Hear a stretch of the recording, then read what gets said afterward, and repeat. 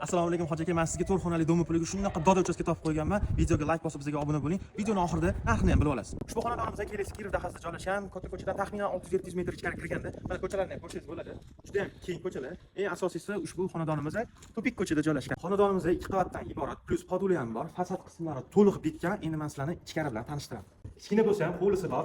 Xohlasiz letniy kuxnya, xohlasiz landshaft dizayni, zeleный zona. Endi u sizni fantaziyangizga bog'liq. Ana endi hovlidan binomizga kirganda mana shunaqa keng hovlimiz kutib oladi o'rtoqlar. Ko'rasizlar, ichkarlarimiz albastr suvodan tayyor bo'lib chiqib turibdi. Sifatli romlar ham qo'yilgan o'rtoqlar. Ushbu qavatimizda bitta mehmonxona, oshxona va umumiy sanuzel qoldirilgan. Mehmonxonani ham ko'rasizlar, o'rtoqlar juda ham keng va baland qoldirilgan. Ko'cha tomonga ikkita sifatli xona ham qoldirilgan.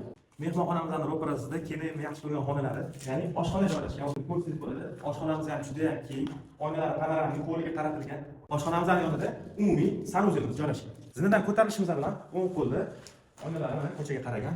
Bitta bolalar xonasini, ota-onalar yotoqxonasini didingizga qarab qovirasiz. Ushbu xonamizning yonida yana xuddi shunga o'xshash oynalari ko'chaga qaragan yotoqxona mavjud. Ushbu yotoqxonamizning yonida bu sal kichikroq, lekin ikkita oynasi ham ko'chaga qaragan. Buni menimcha bolalar xonasi qilib qo'ygan yoki важный встречаlarga o'shcha qilib qo'ysangiz bo'ladi hoji aka. Sizga yarashadi. Ushbu xonadan chiqib turib, o'ngga kirayotganingizda shunaqa keng xonamiz bor siz uchun. Ikkita oynasi tashqariga qaragan buni ham qo'limizga. Buni endi bilmadim. O'zingiz uchun katta spalniy qilib foydalanasizmi yoki mehmonlar uchun mehmonxona qilib qo'yasizmi? Endi boya aytganimdek, o'zingiz fantaziyangizga bog'liq. Bu xonadan chiqishimiz bilan o'ng qo'limizda yana umumiy sanuzelimiz bor. Podolni ko'rasizmi? Juda ham katta qoldirilgan.